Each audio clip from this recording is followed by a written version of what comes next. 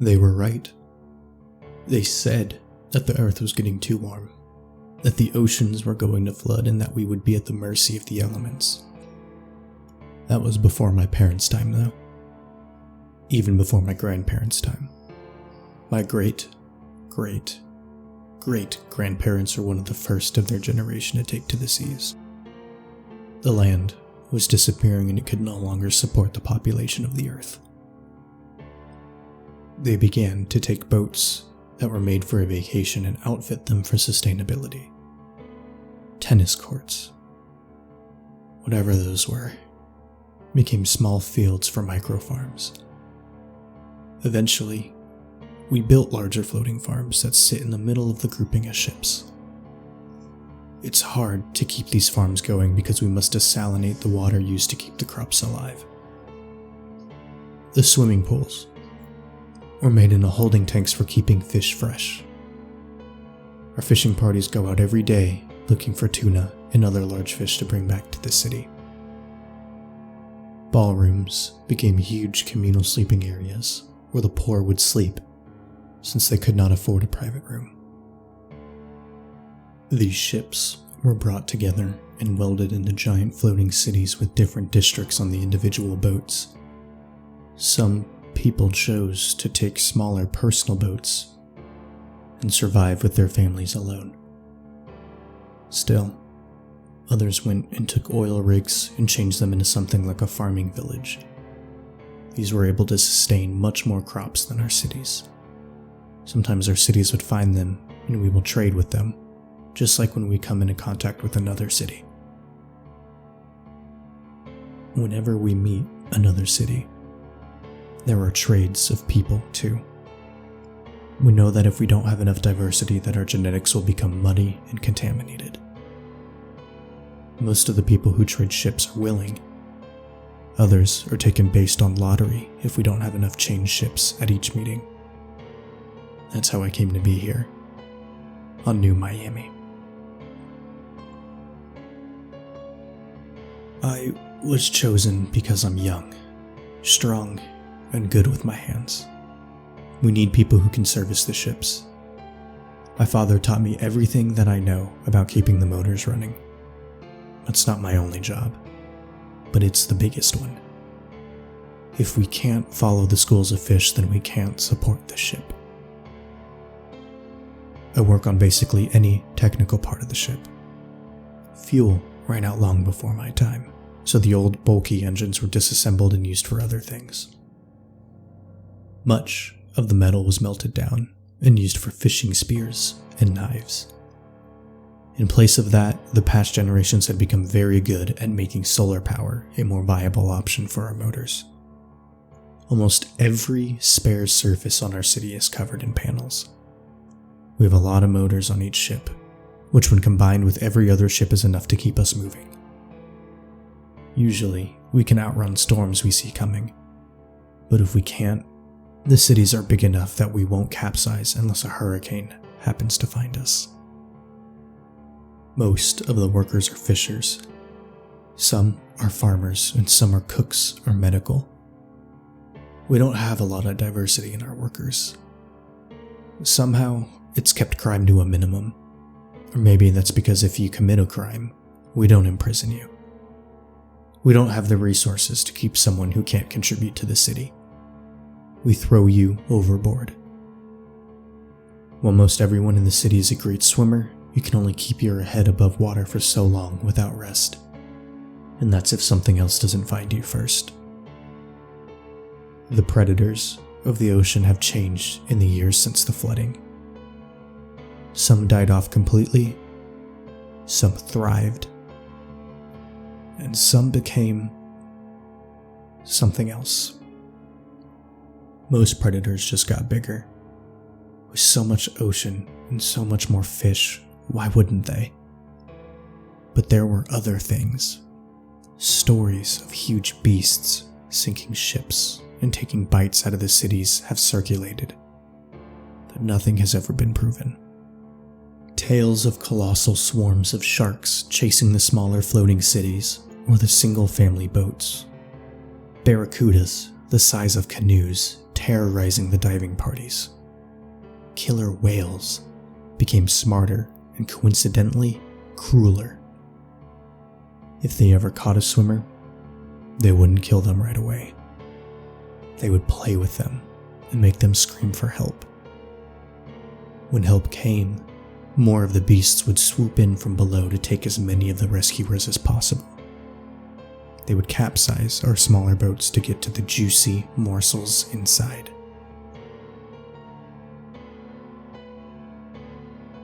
Thankfully, we have learned to adapt to no longer being the apex predator around.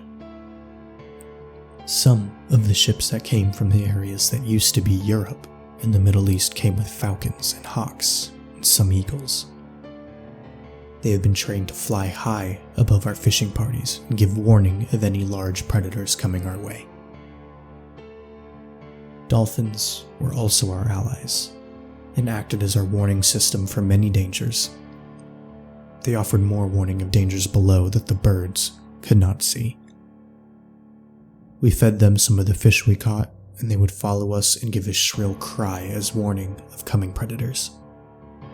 Depending on what it was, they would even help us drive it off. Most of the time we came away from these encounters without a loss. Other times we would come up against particularly vicious or intelligent creatures, and we will be forced to watch as one or more of our party members are dragged screaming into the depths. None of us dare go into the water after them. That is a death sentence. I mostly stay on the city ships to take care of technical problems. If a motor stops running, I have to go into the water to find out what has caused it to malfunction. Most of the time it's simply a clam or barnacle that has wedged itself in the prop somehow and caused it to quit. The propellers are still quite large, but it doesn't take much to get them to stop. They have an auto stop feature built in so that they don't damage themselves if something gets caught in them. If I am summoned to the bridge, then I know that I'm going into the water to fix whatever has gone wrong and then start the motor running again. Thankfully, I'm not the only technician aboard this ship. There are 15 districts in New Miami, and each district has at least 20 motors, if not more. Usually, once or twice a day I'm called to service a motor or the lines running from the large batteries connected to the solar panels. The work itself isn't dangerous, but we still take a few guards with us to ward off predators and to watch our backs. Yesterday, I saw something that made me want to quit my job and stay out of the water for good. I had been called to service one of the motors at the back of the ship. I contacted the 3 men that typically went into the water with me and grabbed my gear. I met them at the ladder leading over the side to where the stopped engine was. Usually they carry a fishing spear and diving knives. We rarely have problems on this end of the city. We are near the front of the group, and the motor being at the back of the ship put it inside the relative safety of the ring of ships. Today, however, there had been sightings of a large pod of killer whales within a mile of the city, so they were armed with spear guns and multiple harpoons apiece. My gear was strapped on my body so that I didn't have to worry about a bag getting in my way. I also had a few diving knives strapped on among my tools, just in case. We began to climb down the ladder to the waves lapping at the hull of our home. We entered the water, and the 3 men with me, Morik, Damon, and Eli, fanned out to keep an eye on the water surrounding us. We didn't take any diving gear other than our masks. Over the years of living on the water, humanity had developed the ability to hold our breath for a much longer time than previously possible. We would most likely only be under for a few minutes, and that was not going to be a problem for any of us. As soon as I was submerged, I knew something was wrong. There was something off about the feel of the water. Nothing I could describe, though.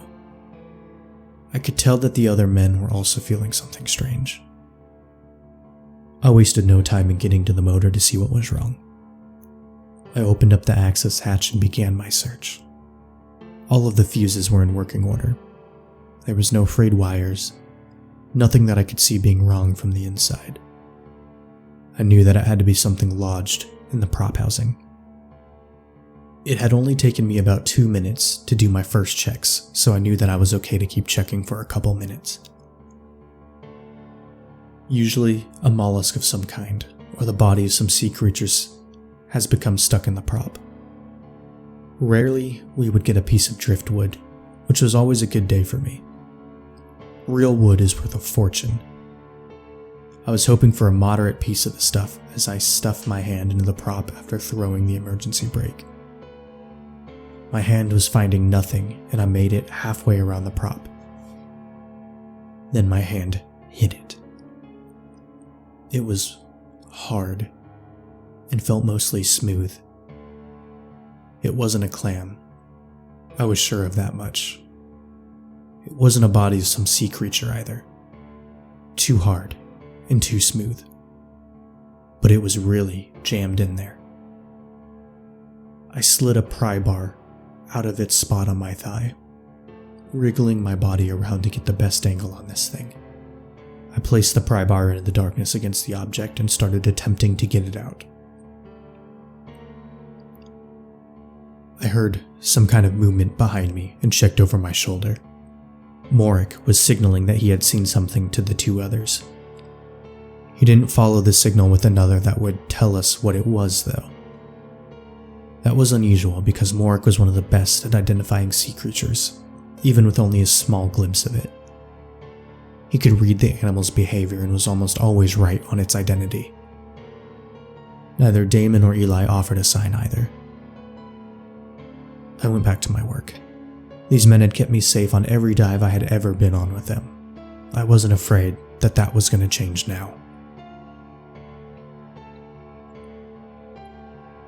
The object was slowly coming out, grinding on the housing the entire way. I still couldn't see it in the darkness of the water, but it was close.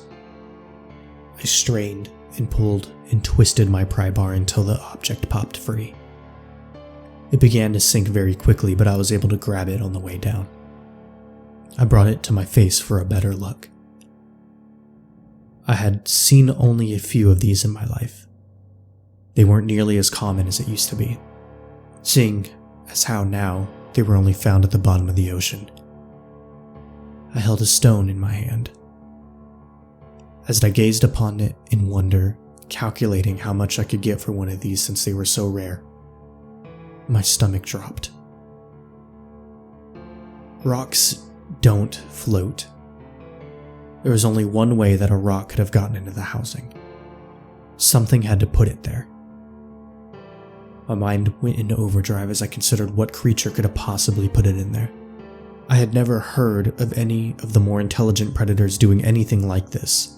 Attacking the ship or using a swimmer as bait, yes, but never this level of sabotage.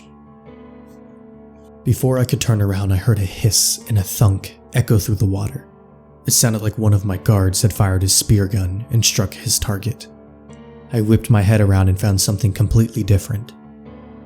A spear protruded from Eli's gut, the barbed tip pushing through the skin of his back. It looked like it was made from bone, with the shaft being formed of some kind of coral. A rope made from what appeared to be woven seaweed led from the end of the spear straight into the darkness below us. I could see his face as he turned slowly to look at us with his hands wrapped around the shaft of the spear. No one moved for a moment. So profound was our shock. The first bit of red was leaking from the wound when there was a jerk on the rope and Eli was dragged straight down. Immediately, Morik and Damon put their backs to the surface and pointed their spear guns straight down with one hand while drawing a large knife with the other hand. Both then locked their knives on the ends of their spear guns like bayonets of the old world. Once that was done, they drew another knife each to keep in their hands. I was still in such a state of shock that I hadn't moved. We had seen Eli disappear into the depths, but now we could see several shapes swimming swiftly just outside the range of our vision. Damon was shaking as he pointed his spear gun towards this new threat. These dark shapes looked like the great barracudas that stalked the oceans, except slightly smaller. But there was something else. As we watched and waited for the next move, the shapes continued to circle below us, staying just beyond where our vision would go. They were moving very quickly, putting on bursts of speed to whip through the water faster than most fish could. The shape was wrong, though. The heads weren't long enough, and something was different about the fins. The shapes came circling closer and closer until I could make out what I was truly seeing. They resembled fish. Scaly skin and tails that thrashed side to side to propel them through the water, along with gills. But that is where the similarities ended. Instead of fins coming off their sides, there were arms, or something like arms. Their heads were grotesque, with 2 eyes and a mouth, but the shape was not human. The eyes were large and black with no pupils or irises to speak of. They reminded me of shark's eyes. Cruel and piercing. The mouth was incredibly wide and filled with needle-like teeth. Even more disconcerting was the fact that each of these creatures was clutching a spear similar to the one that took Eli. Attached to each spear was a length of rope woven of seaweed and kelp. There were at least 6 of the creatures that I could see, and they were hunting us. As they came closer, Morik fired his spear gun at the closest beast in an attempt to scare it off. His shot was true, but it was too fast. The thing thrashed its tail, and the shot fell harmlessly away. They were getting closer, and there were more of them coming out of the depths. Damon took a shot, and by some stroke of luck hit one of the beasts. The spear pierced its chest, and it began to thrash and slowly sink. This seemed to infuriate the other creatures, and spears came flying fast, incredibly fast. They shouldn't have been able to throw the spears that fast underwater without help, but as I watched, they continued to hurl the spears with immense speed and uncanny accuracy.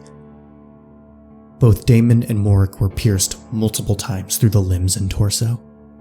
The ropes led back to the creature's hands and they began to drag my companions down to their doom, and I was powerless to help them. They thrashed and screamed, but all I could hear was the bubbles escaping their mouths. As they got further away from the boat, some of the creatures dashed away from the group and swam close passes by the men. Each time they came close enough, their teeth flashed out and a piece of the men would be ripped free and swallowed. The water reddened as more and more of the abominations fed on my former companions. Suddenly, I realized that my lungs were burning and that I hadn't yet moved. I was mostly being ignored as the feeding frenzy increased in intensity below me. I had to move. I had to get away from this, if only to warn the rest of the city about what I had seen. I began swimming as quickly but calmly as I could to not attract their attention. I was 30 yards from the ladder when I checked over my shoulder and saw a lone beast slowly stalking me through the water. It almost looked like it was smiling, like it knew that there was no way that I could outswim it on my best day. I drew my knife as if it would give me any protection against this monster. I was 30 yards from the ladder and I checked over my shoulder again. It was right behind me, one arm stretched towards me. My lungs ached for a breath and my heart beat harder and faster than I could ever remember. I spun as it reached me, its nails sinking into the bicep of my left arm. The pain was excruciating, but it gave me the boost I needed. I drove my knife forward as hard as I could as the thing's mouth opened to take a bite out of me. The tip of my blade pierced the roof of its mouth and drove further up into its brain.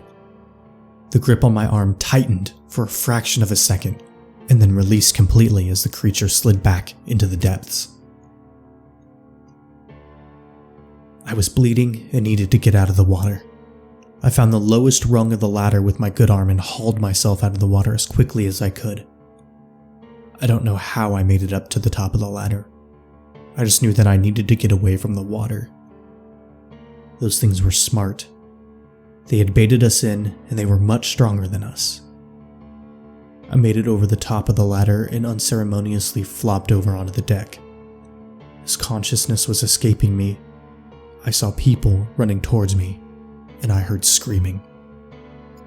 When I woke up, I was in a medical bay with bandages on my arm. When one of the attendants noticed I was awake, she ran for the security officer on duty. I was questioned thoroughly about what happened when I was down below. I told them everything that I had seen. They were skeptical at first. But the fact was that I didn't come back with any of the 3 men sent with me as protection. The puncture wounds on my arm appeared to come from a human-shaped hand, and that added to my credibility as well. The more they listened to me, the more concerned their faces became. They instructed me to not tell anyone about this so as to not spread panic. So I wrote it down and cast the note into the sea inside a small waterproof box. If you are reading this, know that your city is in danger.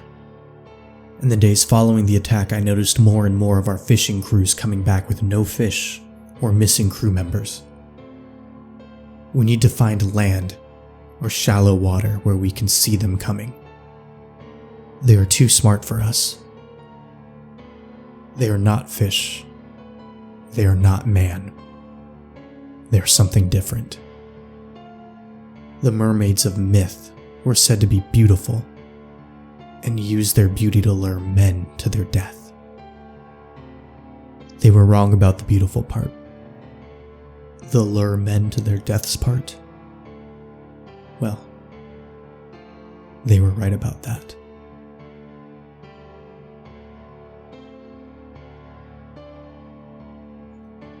Hello everyone, this is Magnetar. Thank you sincerely for stepping into the void, taking my hand, and listening to this story with me. If you liked this story, I guarantee you will like the others on this channel. Stay a while and subscribe. But remember, Astrophobes be warned.